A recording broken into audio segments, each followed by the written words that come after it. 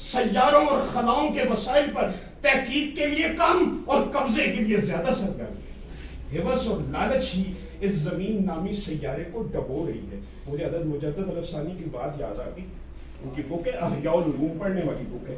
کہتے ہیں مجھے قیامت کا دن کشف کرایا گیا تو میں نے اللہ سے کہا ہر قبر میں سے انسان نکل رہے ہیں تو ان کے ساتھ دو چیزیں تھیں، خواتین بیٹھی ہیں اور بیان نہیں کر سکتا، جانور تھے دو، ہر انسان کے ساتھ کتا اور سور۔ تو میں نے اللہ سے پوچھا یہ کیا ہے؟ تو اللہ نے کہا کہ ہوس جو ہے وہ کتا ہے اور شہوت سور ہے۔ یہ ہوس کھا رہی ہے زمین کے وسائل کو، کوئی انفرادی ہوس ہے، کوئی اجتماعی ہوس ہے۔ ہوس اور لالچ اس زمین نامی سیارے کو ڈبو رہا ہے اور انسان اور حیوانات اور نباتات ان سب مسائل کا شکار ہے۔ اور ہمارے ملک کی آپ بات کریں تو انسانی حقوق کا جنازہ انفرادی اور اجتماعی دونوں طور پر بڑے عرصے سے نکل چکا ہے۔ غیرت کے نام پر قتل، کاروکاری کے نام پر قتل، صوبائی عصبیت کے نام پر قتل، خودکش حملے، طالبانیت، آزاد بلوچستان کے نام پر قتل، راہ کے لیے کام کرتے ہوئے قتل، امریکی ڈرون اٹیکس میں قتل، آرمی اور پولیس کے جوانوں کا قتل، مذہب کے نام پر شیعہ سنی علماء کا قتل، سیاسی مخالفین پر فائرنگ، پسند و ناپسند کی شادیوں پر قتل، عدالتوں میں پیشی پر آئے ہوئے ملزموں، ججوں، وکیلوں کا قتل، صحافیوں کا قتل۔ ریاست ہوگی ماں کے جیسی، ہر شہری سے پیار کرے۔ آج 40,000 پاکستانی روزانہ بین الاقوامی ویزوں کے لیے درخواستیں دے رہا۔ کیوں؟ اسے یہاں بنیادی انسانی حق، روٹی اور عزت نہیں مل رہی۔ کوئٹہ کے ہزارہ شیعہ جرمنی چلے گئے، یورپ جا بسے۔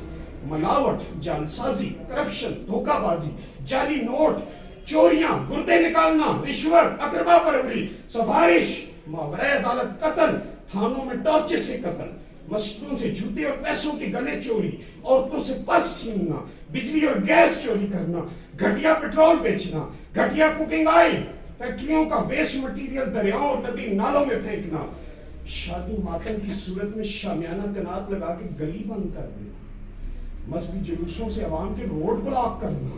کیا اس سلسلہ دوران میں کہیں انسانی حقوق کی گنجائش ہے؟ آئیے اصلاح کریں، آئیے اپنی اور قوم کی اور انسانی حقوق کی پاسداری کریں۔ 10-15 میں نے پوائنٹس نوٹ کیے کہ how we can do that. بڑی امپورٹنٹ چیز ہے، پیچھے جیو نیوز نے ایک خبر چلائی کہ ایک کیس سپریم کورٹ میں 55 سال چلا۔ Please limit the time for the court cases, قانون پاس کریں، 6 مہینے بعد اگر نہیں ہوگا تو جج کو بھی سزا دی جائے گی۔ 55 سال یہی غصب ہے، حقوق غصب ہو رہے ہیں۔ یکساں نظام تعلیم دیں، او لیول، اے لیول، فلاں level, a same parallel system for all, Danish school type چیزیں آگے لائیں۔ غریب کا بچہ بھی اگر او لیول اے لیول ہی رکھنا ہے سب ادھر پڑھ سکے۔ No landlords and upper class must go to the election. غریب کا بچہ صرف الیکشن لڑے۔ آپ جاگیرداروں، آپ صنعت کاروں پہ پابندیاں لگائیں، وہ الیکشن نہیں لڑیں گے، وہ سینٹ میں چند سیٹوں پہ بیٹھیں گے۔ آپ جو اصل عوام ہے اس کا نمائندہ ہی کوئی نہیں پہنچتا۔ نو پینڈنگ کیسز ان کورٹ۔ اس وقت آئی ڈیٹیل میں حیران رہے کہ لاہور ہائی کورٹ کا 70,000 کیس ہے جی پینڈنگ، سپریم کورٹ کا اتنا ہے اتنا ہے۔ No winter and summer collective holidays in the courts till the time zero balance نہ ہو جائے عدالتوں میں۔ نو بار الیکشنز، جج اور وکیل الیکشن کے لیے بھرتی ہوں، بار کے الیکشن ہے جی، فلاں ہے جی، یہ ہے جی۔ ججز اینڈ ایڈوکیٹس جو ہیں ان کو پالیٹکس میں حصہ لینے پہ بین کیا جائے کہ کیسز مکاؤ۔ جسٹس کھڑک سنگھ نے وکیل کو بھی پھانسی دے دی تھی، آپ کو ہسٹری اگر پڑھی کہ تو قاتلوں کا ساتھی بن گیا ہے۔ جیل آدمی تھا، پٹیالہ ریاست کا تھا شاید، انہوں نے کہا اس وکیل کو پہلے پھانسی دو، 4 قاتلوں کو تو میں دیتا ہوں۔ انصاف کیجیے، ایگزیکیوشن بحال کریں، ملک میں پھانسیوں کی سزائیں بحال کریں۔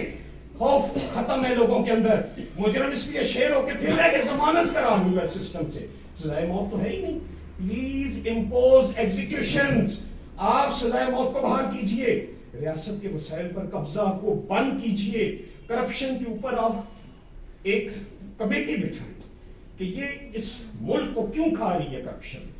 70 سال ہو گئے، میں امریکن ایمبیسی میں 15 سال رہا، امریکنز کے ساتھ کام کیا، 300 سرٹیفکیٹ مجھے دیے امریکنز نے، 300 سرٹیفکیٹ، 700 امریکنز کے ساتھ میں نے 15 سال کام کیا، میں ان سے لرن کیا، بار بار امریکن سسٹم میں گیا۔ 2 بہت بڑی چیزیں میں نے سیکھی۔